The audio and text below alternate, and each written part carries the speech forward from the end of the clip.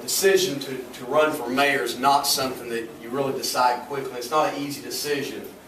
For me and my family, as my wife and I talked about it, Katie, come over here with me. This is my wife, Katie, and you know, as we were talking about this, it's a decision for the whole family, really. And it's something that I thought about, as John said, I thought about for months and months. I talked to many political leaders, many neighborhood leaders, many business leaders. I talked about what they expected from their next mayor, what the next 10 years of Knoxville should look like. I have a passion for service. I worked, when I finished college, I went and worked for Phil Bredesen, choosing not to go into the private sector immediately because he asked me to come and serve. And it was the first decision that I made to choose service. After about 3 years of working with Governor Bredesen, I had a business idea. And I went into the private sector, but the business I started with that $5,000 in savings, the borrowed laptop, the company I started where I slept 2 years on a couch. And some of you, I think, know what that's like to do that. But that business is a private sector company that takes a critical look at government sector practices and processes and makes them more efficient, something that they should be doing for us. They should be working more for us. And that's what my private sector company does. When I looked around at the people that were running for mayor, when I looked around at our city and what people expected of the next mayor, they wanted somebody that had created jobs. Somebody that had been at risk, somebody that knew what investment about, somebody that made payroll. I'm sitting here before you today at 33 years old. I started my company in 2005. I've grown it. Today, we handle about $1 billion a year in taxes. I've paid here in Knoxville $1 million in payroll, and I don't say that to brag about my company. I say that to say that our next mayor should have a proven track record in business. I'm the only candidate running for mayor that's ever created a job. I'm younger than they are, half their age in some of their cases. But my other three competitors combined have created that many private sector jobs, and I think that's something important. I think it's a litmus test that, something that you should do before running for mayor, and it's important to me. I grew up in a family where public service was the greatest thing that you could do. My father was a small business owner, and he was also county clerk here for a number of years. My grandfather was a small business owner and was a councilman during the 60s. These were my mentors, men that I looked up to, and I saw them proudest of what they were doing when they were serving their community. That has an impact on the young person. It's the reason that I've chosen time and time again in my life service.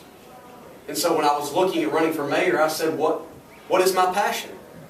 I've already chosen it. It's service. It's government. And that's why I'm running for mayor.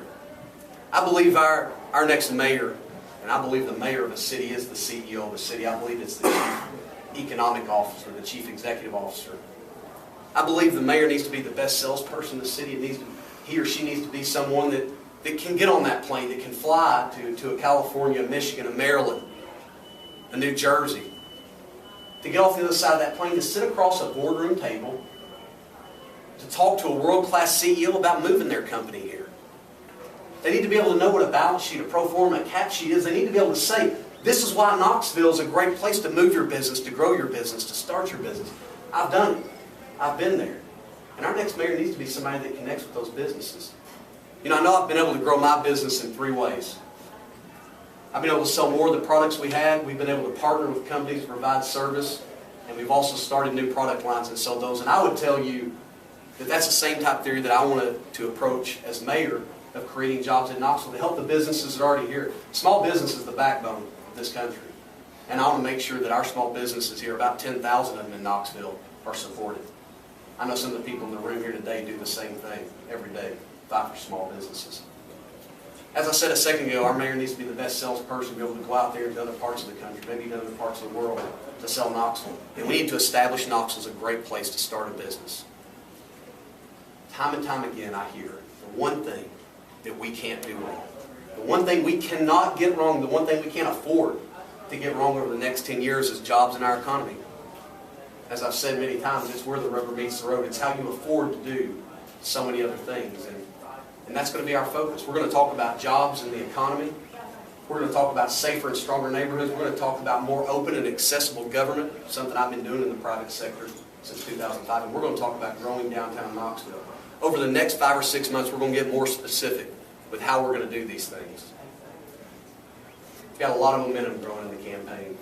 We've raised a good amount of money, and I like to tell people that in about 9 weeks, we raised $92,000, the same amount of money with a bunch of 25 to 40-year-old business people and professionals as one of my opponents did over 6 months with Cherokee Country Club money.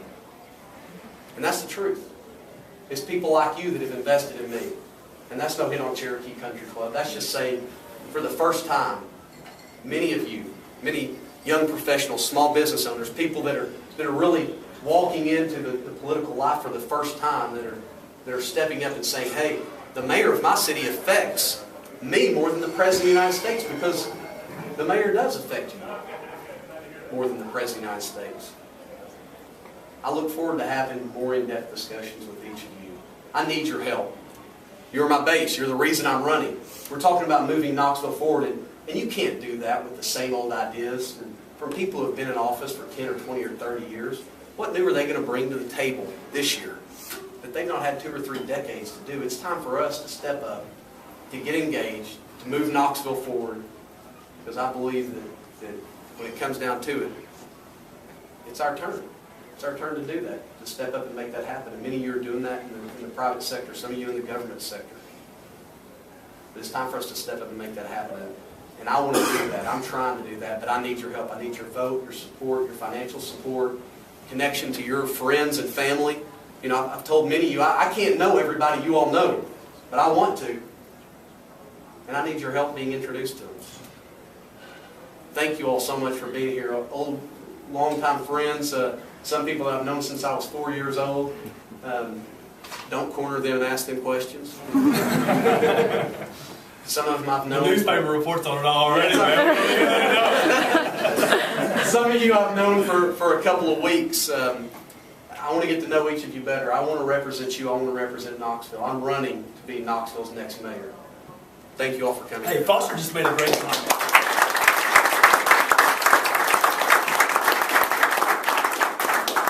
What was your comment? Because I think you hit the nail on the head, but remind me. I think you basically said this room right here we can win the race. So we'll go write it down. Yeah, you need about 5,000 friends and about $100,000, and we're going to do it. That's right. Yeah, we can spread this room right here all across Knoxville. Exactly right. That's key too, guys. I mean, it's about leveraging ourselves, talking to our friends, family, their neighborhood, and we've got opportunities to host events at your home. We've got more opportunities to raise, fundraise, introduce people, if whatever your passion is. I mean, I want to speak one more second on what Foster said, because I don't think people in this room realize Knoxville's a good-sized city, but we're expecting between 15, maybe 18, maybe 20,000 votes. That's it. That's who elects the mayor of Knoxville. And with this room and the connections you have, what Foster just now proposed wins the election. You take a group of people that are connected like this and branch out into your inner circle and then your second circle, and just that group could in effect elect the next mayor of Knoxville, Tyler. But just that group could elect the next mayor of Knoxville, and when you have that low of voter turnout, it's about how much do you want it. It's about the way many of you have grown your businesses or become successful in the private sector. If you're driving it every minute of every day, that's what it takes to be successful. My dad told me a long time ago, he said, son, it's not the smartest people, but the ones that work the hardest, and I'm thankful for that. Because I can outwork anybody. I know that's what many of you all have done too. And that's what we're going to have to do in this race.